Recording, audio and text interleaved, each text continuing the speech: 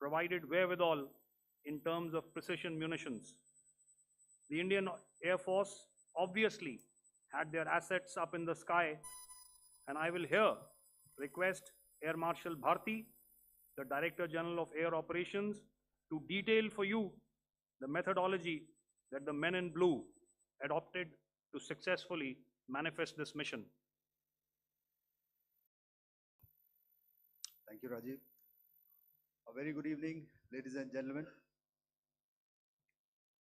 It indeed is a difficult time that we have to come here like this and brief you. We could have done without this, but we had no choice. As the DGMO has detailed, the event was precipitated by the dastardly act at Pahalgam. The sequence of events have already been detailed.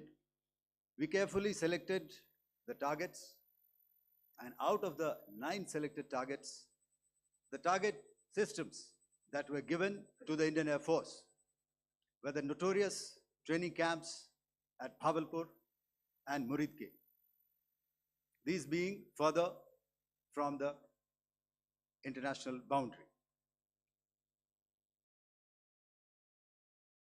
Through critical target system analysis, we analyzed what was to be done to annihilate these targets and plan to engage these targets with precision air-to-surface guided munitions so as to avoid collateral damage.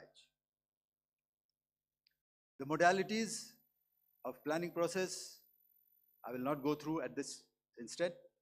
However, what I would like to show you is the results that we achieved through our targeted airstrikes. Could I have the second slide, please?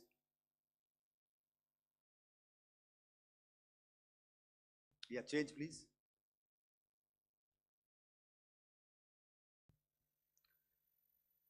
Okay.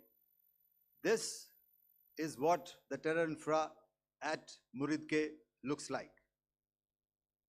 If you see, north is as indicated, and to the right is east, where the international boundary lies. Could we have the next slide, please?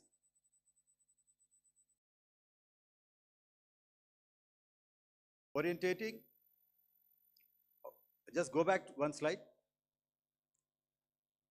Okay. Please have a look at this red building, the series of buildings out here, and this empty ground. Next.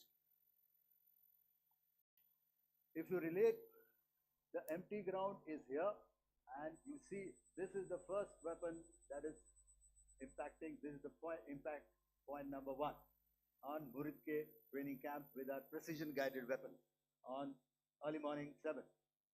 Next, please. Keep your eyes glued for the second weapon coming in and the second impact on the selected target point. Next slide, please.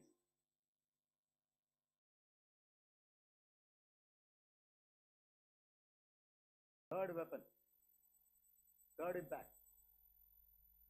Continue. And fourth weapon, fourth impact. So through these targeted and precision targeting, we addressed the target at Muridke, which was the terrain infrastructure. Can you hear me? All right. Okay, I'll come closer to the mic. Now we go to the next target, which is the Bhavalpur training camp. Next slide, please. Okay, just wait. So the effect, if you see, the impact point, if I can point out, this is the impact point. The ammunition has gone through the roof and it has created a blast inside, the photographs of which you would have, all of you would have seen. And the red building. After that, there was this double-story building. It has been completely decimated by our precision targeting. Next, please. The target system, which was in the north, a series of buildings. I'll show you how it looked. Next. Completely destroyed by our precision targeting. Next. Now coming to Bhavalpur, this is the target complex that we are dealing with, a fairly large target complex. So we had to carefully choose the points that we needed to address, which were high value and which would meet our stated objectives of eliminating the terrorists. I would like to draw your attention to this red canopy, and in relation to that, I would cover the targets. One target system is a series of buildings here, other one here, and other one out here. Next slide, please. This is how it looked before, and this is how the building looked after the impact of the weapon, and orientation in relation to this red canopy you can see here. Next, please. Before, next, and after. The roofs have completely collapsed. Next. This is the target system. Next. Precision targeting, and we have achieved our objectives here. Next. All right, so that was what we did on the 7th. Our objective was to address these two terrorist camps, and that we did with precision. And thereafter, we maintained a robust air defense posture, because remember, our objective was to target the terrorists and terrorist infrastructure, not any other infrastructure, not the Pakistani military, not the Pakistani any other infrastructure. So that is what we have maintained on the 7th of May. However, what we saw in the evening of 7th of May, we were saturated with a raid of Pakistani unmanned aerial vehicles and small drones.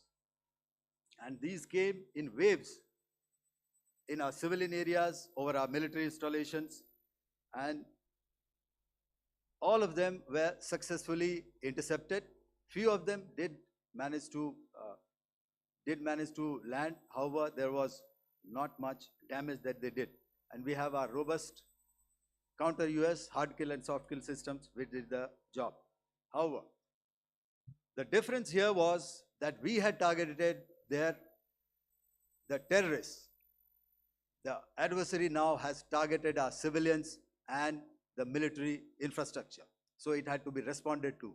So in a quick and calibrated response, that very night, we struck their radar installations at Lahore and close to Gujranwala, the LYT installation, to indicate to him that we are ready, yet we do not want to escalate. Our fight was with the terrorists and not with the Pakistani military establishment.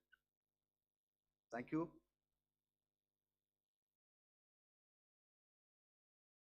Thank you, Air Marshal Bharti.